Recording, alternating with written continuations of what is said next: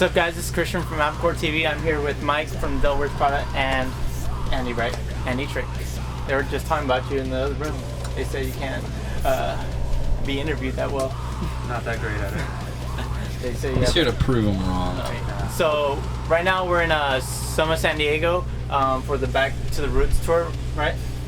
All right. So yeah, tell us a bit about the tour and like kind of what venues you guys have been visiting. We've hit a few of these venues before. We actually played Soma Side Stage, our second tour ever, about 4 years ago. Most of the venues we are familiar with, or I'd say it's probably half and half, but it's a lot of really tiny ones, and it's really congested and hot, but really in your face at the same time, which is exactly what we were going for. So, Just a lot of the venues we played when we were in a van, and just a lot of stage diving. What we like to see, just hot, sweaty, intimate shows. So Sold out shows as well. How many sold out shows have you guys played at so far? I think all of them, but 2 or 3, maybe. We've been playing these festivals on the tour too, and those aren't really sold out because they're kind of like, huge or whatever. But as far as the venues, I think it's been all but 3 or 4, 2 or 3, maybe. I don't know. It's been good. Yeah. Well, so far on tour, what has been like your favorite venues to play at? I know they're all small, but kind of like who has had the most grasp on experience with you guys? definitely every time we've been there, Chain Reaction is always amazing. Like some of the most ridiculous shows there. Hopefully Soma in the small room will be sick too. I'm expecting to be pretty insane. Yeah, it's been all pretty good. I could point out the shows that weren't good, but I don't want to say that. They've all been pretty rad though. Chain Reaction was sick. We're expecting Soma to be awesome. Sub T was sweet. Des Moines was insane. Lawrence was really good. Columbus was pretty good too. Columbus was the first couple shows, and those were really sweet too. So, a majority of it has been all awesome. So a lot of the shows you play more than once, right? And then after you play a show, you take an off day, right? What's the benefit of having a schedule like that in this store? The benefit of it is that not as many people are really left out. If we played one day here at Soma, I think 5 of the 6 times we've been at the main room, it's sold out at 2,100. So if 2,100 people are willing to see us in San Diego, and we play one show here that's 600 people, a lot of people are left out. So that's why we do the couple days at a lot of venues, and just to where the fans really get it, and the diehard fans get to see us twice, which happens pretty often. I don't know. The bad side is that when you're in certain cities that aren't as sweet as others, you're stuck in a crap hole for longer than you'd like to be. But it's good. It's definitely how the tour should be. Yeah. With small rooms.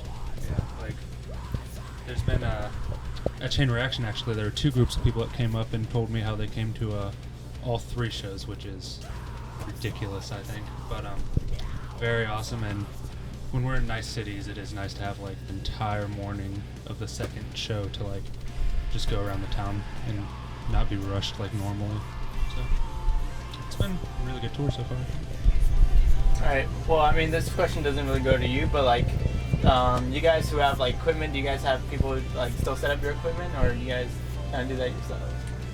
No, we got our crew, which is everyone's well, if it were really back to the roots, you'd be in a van. It's it's not very intelligent to do, because we, even if it's smaller shows, we like to keep it professionally driven, and everything's taken care of very smoothly, from finances and business to all the technical stuff with equipment and everything. So to back down from the crew we've been using for years on end is just kind of stupid, because that's what makes the show as smooth as what it is. Definitely heard the show.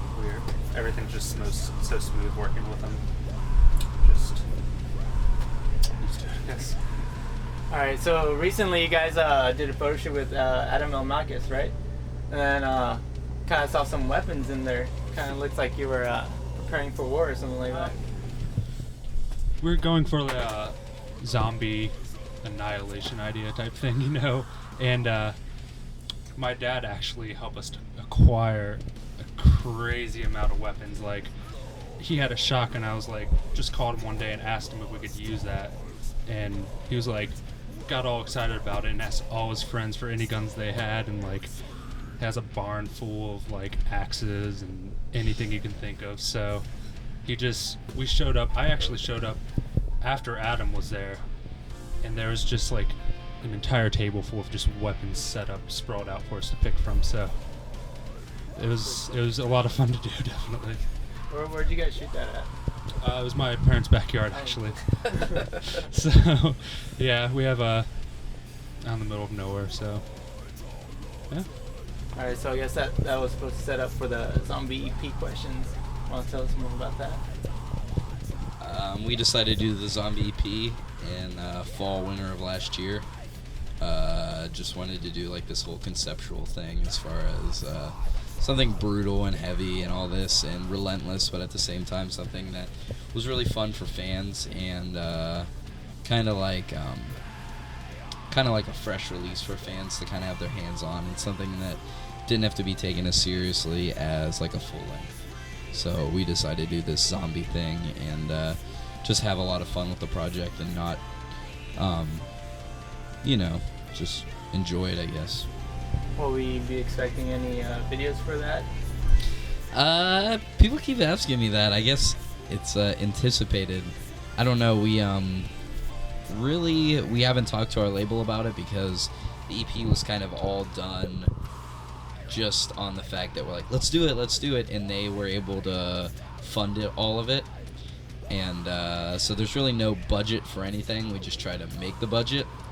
And with music videos, it always comes down to needing a lot of money, but not really making money off of it. Because it's not like you really sell a music video or anything like that. So we haven't really pushed it with our label. I think they probably will want to do it, especially if the EP sells pretty well. And I think people are pretty stoked on it. So I don't know. If we do a music video, I definitely want it to be full-blown and nothing that's cheesy or anything, but really get someone that knows zombie horror and make something crazy for us. But it's not really being discussed too much as of right now. Alright, so there's word of a comic book coming out with zombies as well. Yeah, we when we met up with our label in New York, we it was someone's idea to do a comic book as like a deluxe packaging type thing with like pre-orders, and it just seemed like a sweet idea as far as working zombies and us as cartoons into something that fans could like get their hands on and enjoy.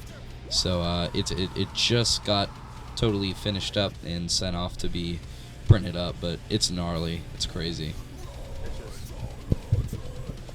For one, I don't think any of us ever thought we'd be in a comic, so that's definitely awesome. But I'm very excited with it also. It's just amazing. Like, nothing I would have expected before, and it's awesome we can do something like this.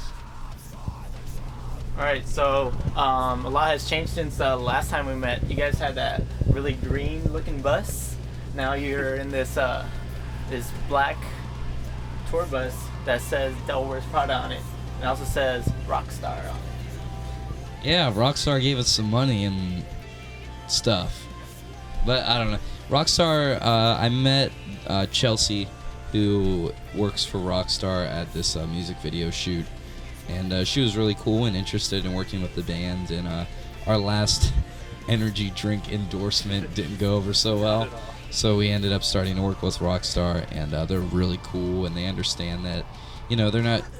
It's good promotion for the both of us, and the fact that they can help us out on tour, but we can also, put their logo huge on the side of the bus and in the venues and stuff. So it helps out. Like any endorsement, it helps out, and it's a good relationship, thankfully, because like I said, our last one wasn't so splendid.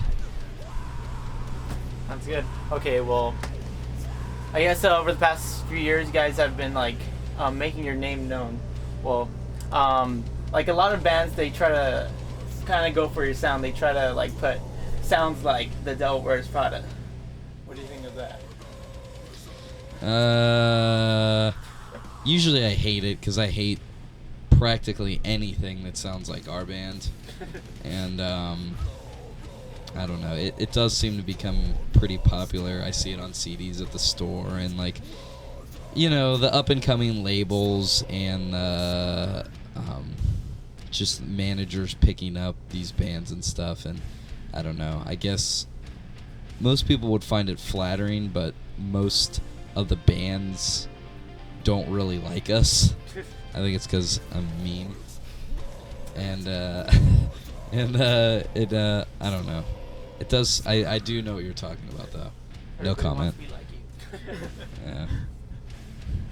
All right. So, is there anything that you guys are looking for in the future of the Devil Wears Prada? What are you looking forward to, Andy?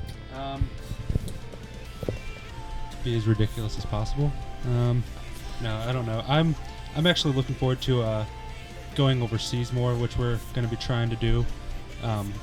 We've lacked a lot of European tours and stuff. We've been there twice now, but it would definitely be nice to go there, try to get on some nice tours over there, possibly festivals or something, and see what we can do with that. I don't know. I'm really excited for all that. See how the EP comes out. I think that's going to be killer.